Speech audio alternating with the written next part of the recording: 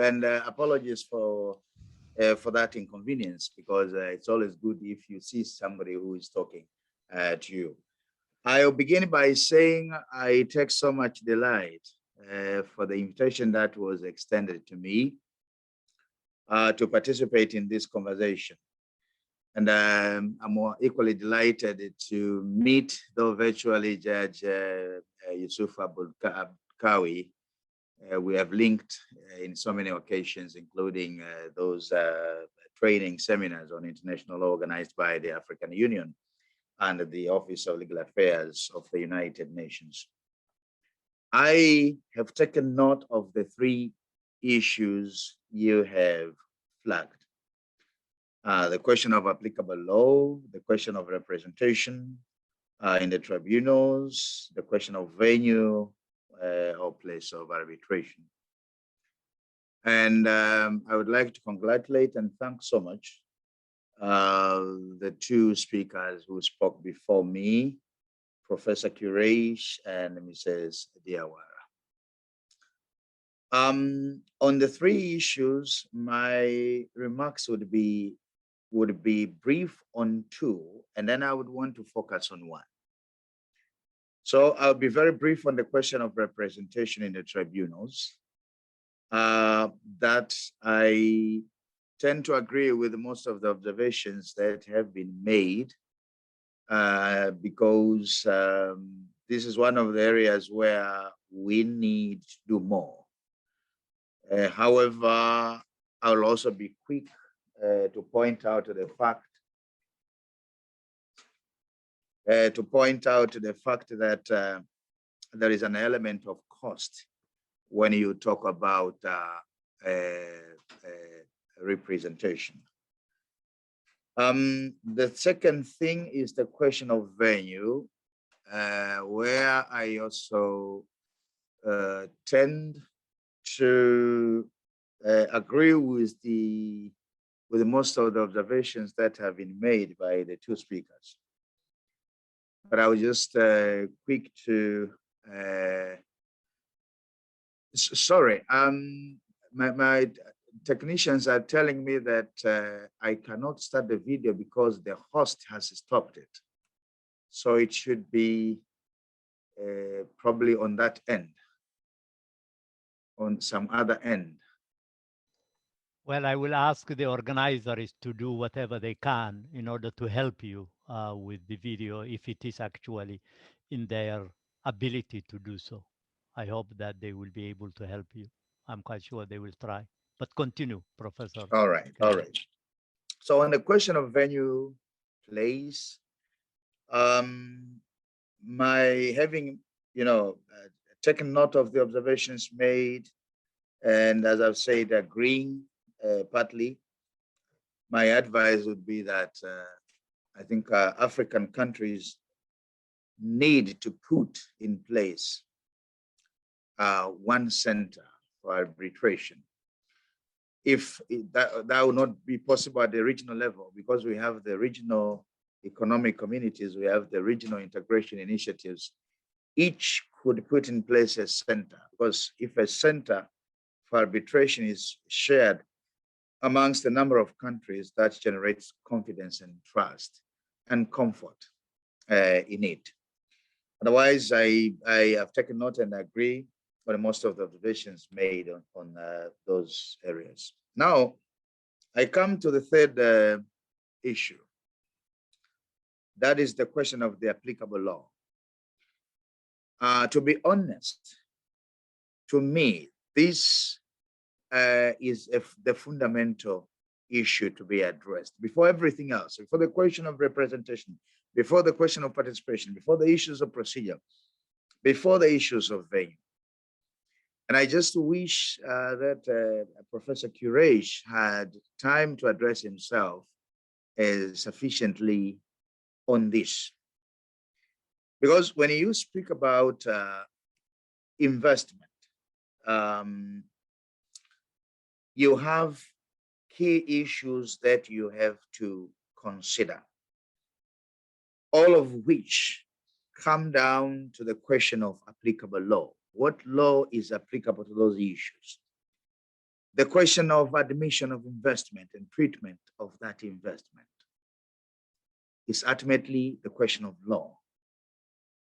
Then the second thing, the question of management of host countries, the countries that host investments. And African countries would mostly fall in this category because they're not really much expected to export investments. How do you manage those countries? It comes to the question of law.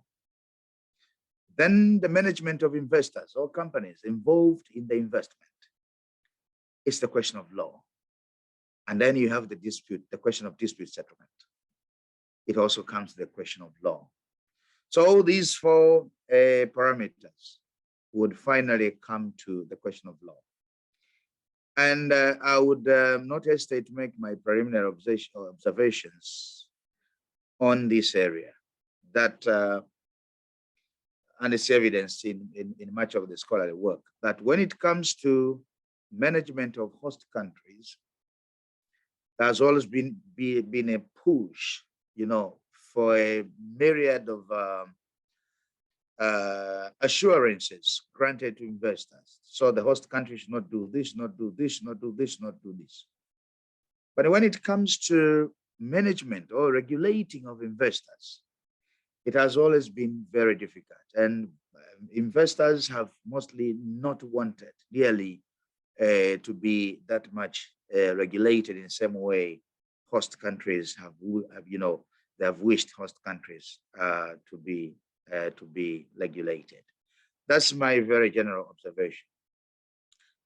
With that, it will be necessary for us to briefly go into the history of development of the law. We talk about the applicable law. We probably need to briefly go into development of that law. We know very well when attempting to develop principles of law that would govern and manage investments, the starting point was customary international law. But then within customary international law, there were problems, as we all understand, of controversies and disagreements, and mainly between investment exporting countries, mostly developed countries, and against investment hosting countries, mostly developing countries. So these controversies and disagreements led to polarization and division of points of view, which then made customary international law a very difficult field or source of international to apply to investments. And that's where there was this attempt to move to develop multilateral legal framework and trying to develop multilateral treaties and agreements.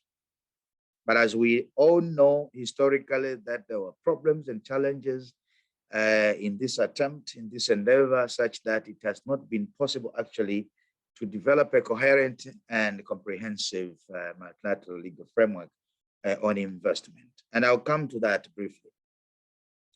And that's why there was this move to bilateral investment treaties. So bilateral investment treaties, we know, did not come by accident. There was a reason, and that reason is there was failure on the platform of multilateral legal framework or multilateral investment treaties.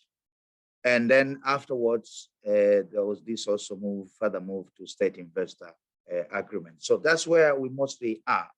And when we talk about legal framework governing investments, we'll mostly talk about bilateral investment treaties, or we talk about state investor agreements. And this, I think,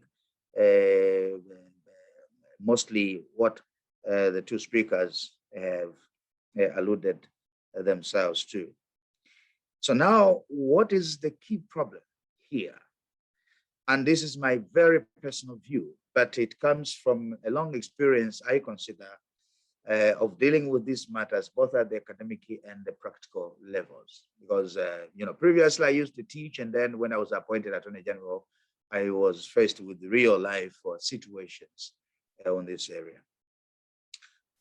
In my view, the biggest problem, as far as the applicable law is concerned, emanate from the fact that we had challenges that had existed in the area of customary international law.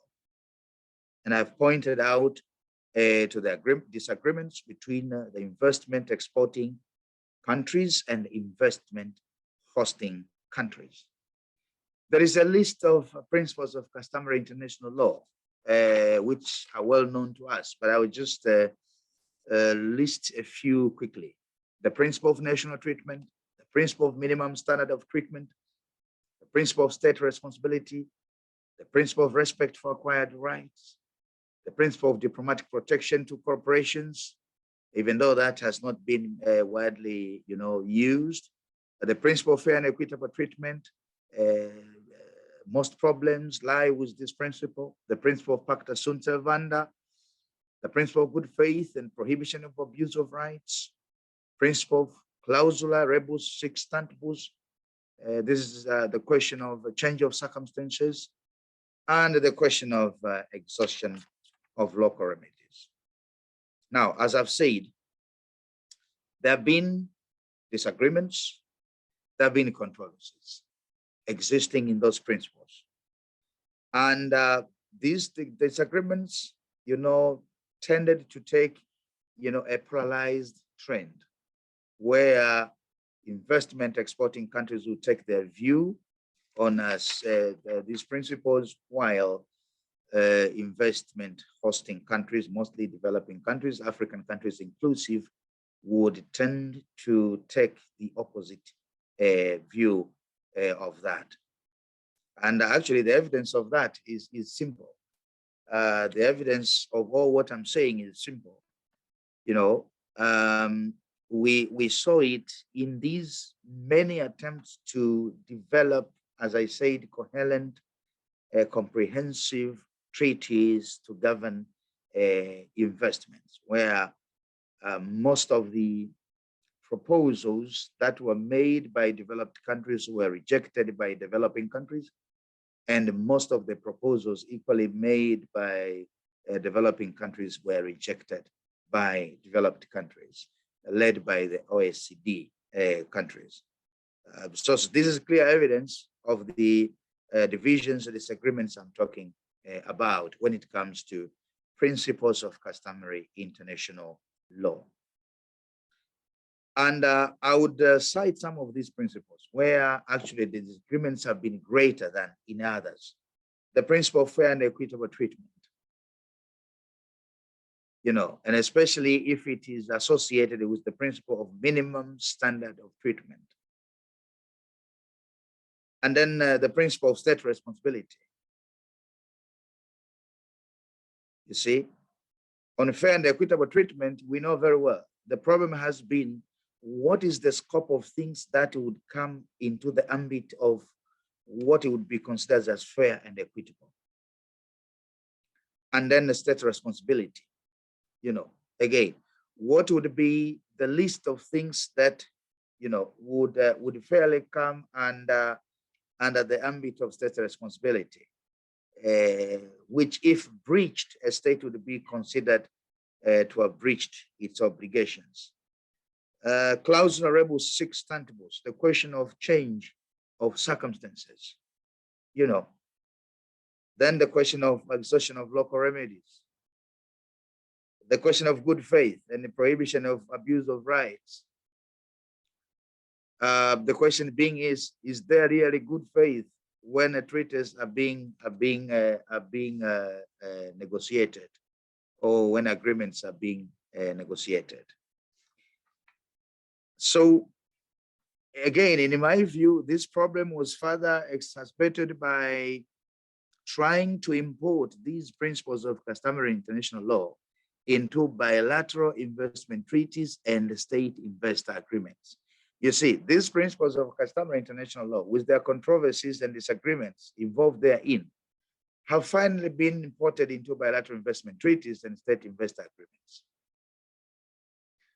In many ways, sometimes clandestine ways, for which African countries, for lack of capacity, have had difficulties, noting that this clause, I'm importing now in this investment agreement, actually actually is linked to the principle of fair and equitable treatment. It's actually linked to the principle of state responsibility. It's actually linked to that principle. And that now points to the question of lack of good faith, because these facts are supposed to be laid bare on the table, that here we are introducing this clause in this trade agreement or investment agreement. Actually, the import of it is this. And now, from the point of view of international law proper, I also have a problem, because when you import principles of customary international law into bilateral investment treaties and state investor agreements, you would think that that would lead to the effect, similar effect as codification of customary international law. And as you all know, when you have codification of customary international law, then you have certainty on that particular principle of customary international law. Because, when you have it within the realm of customary international law, you would have these controversies, disagreements. But when you codify it, you'd be expected to remove all these controversies. But that's not what is happening. And the reason as to why I think that that importation of these principles into BITs and state investor agreement does not lead into crystallization of those principles is because, tribunals would constantly make reference to the interpretation and understanding of those principles in the same way, they were typically in the realm of customary international law, and you had these controversies and disagreements as to, what each principle actually entail. Now, as I've said, tribunals, once they see that there is a clause which is akin to a principle of customary international law, take comfort in going back to the interpretations that you had within the realm of customary international law and adopt its own interpretation. But probably by doing that, it would find itself taking sides, in that polarized arrangement. Sorry, Professor Kilang, but may I ask you now to conclude? Okay, so let me conclude. I pointed out to specific principles of customary international law, which pose a great challenge to developing countries, African countries inclusive. Fair and equitable treatment is the first principle, which for me is the biggest culprit. Everybody will agree with me that most of the cases brought before arbitral tribunals are based on breach of fair and equitable treatment principle.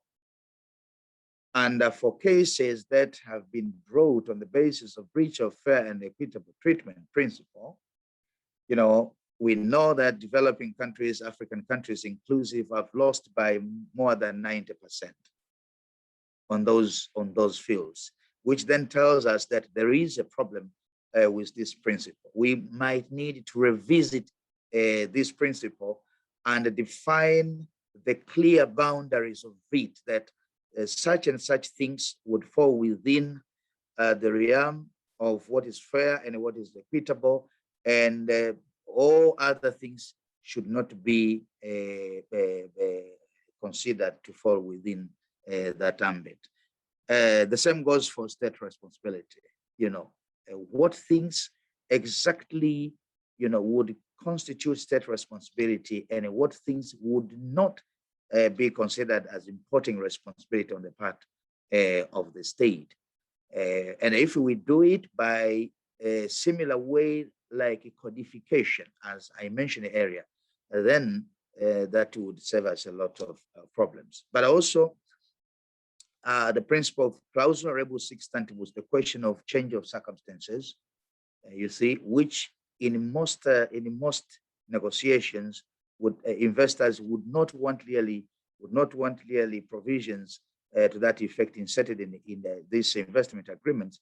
I would strongly recommend that in good faith, in the spirit of good faith, in negotiations, that such clauses be included. But the last thing, quickly concluding, that again, if these negotiations of investment agreements are to be done in good faith, so the question of equality of arms during those negotiations has to be looked into, because really I am troubled when companies negotiate with governments and states on a clear platform of inequality of arms, and then companies take comfort in that. I'm really troubled. I would think that if good faith really prevailed in negotiation of these agreements, then at least attention should be paid to the fact that one side might be weaker, might have less capacity, and therefore that might put it in a position of jeopardy in the future. May I stop there? Thank you so much.